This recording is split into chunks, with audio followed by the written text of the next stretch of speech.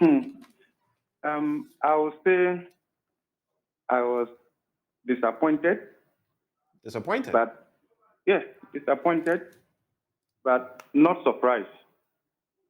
I Okay. was I was disappointment because government failed to communicate truth to Ghanaians on time Okay. and created the impression that what independent-minded people were putting out there was not true.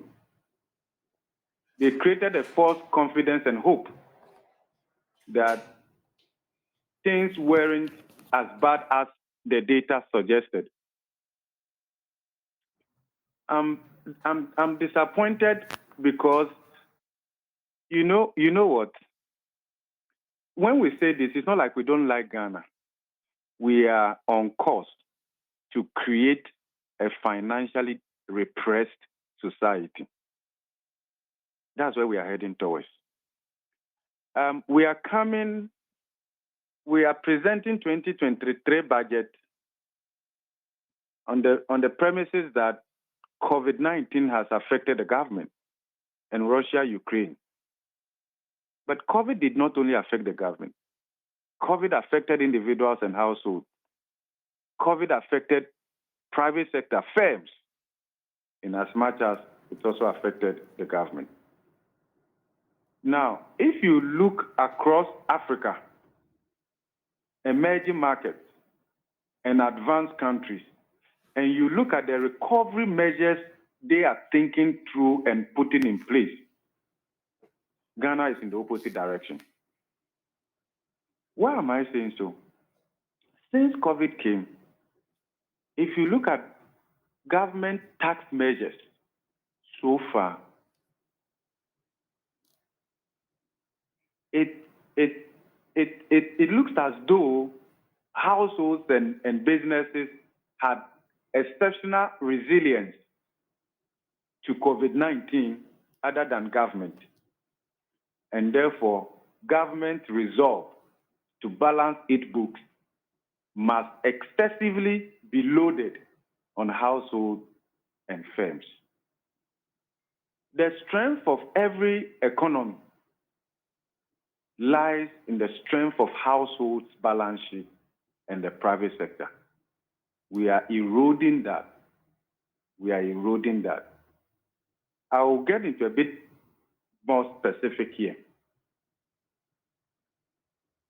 When we have concluded that the future is actually digitization, that the digital economy is what holds the key to greater economic transformation and inclusive productivity growth, then they introduced e-levy.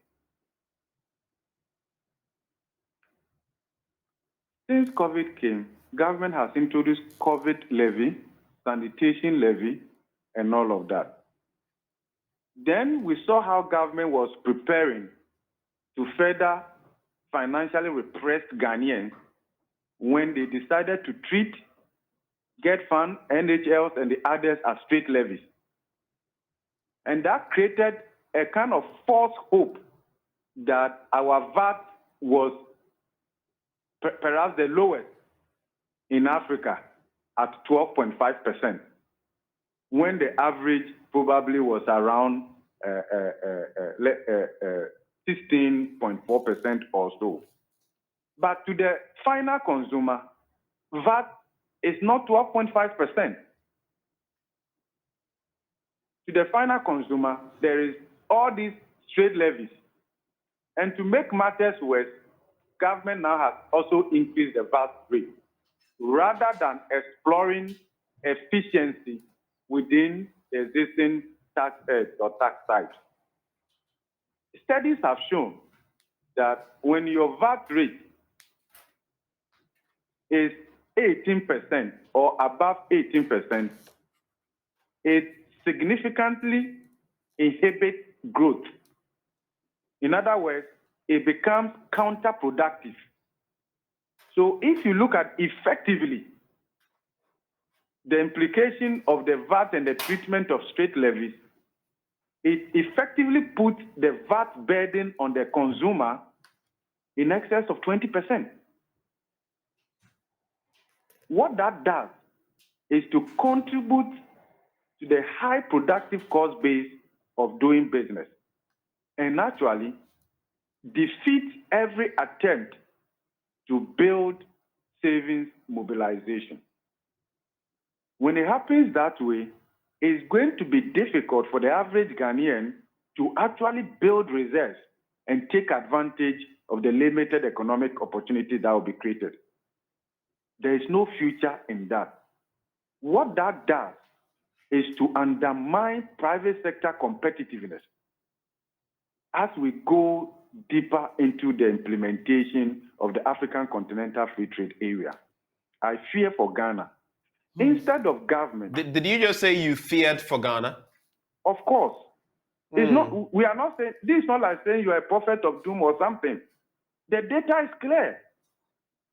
Can you tell me where government has listed programs, interventions? Can they demonstrate to us the impact of such programs in the last 6 years?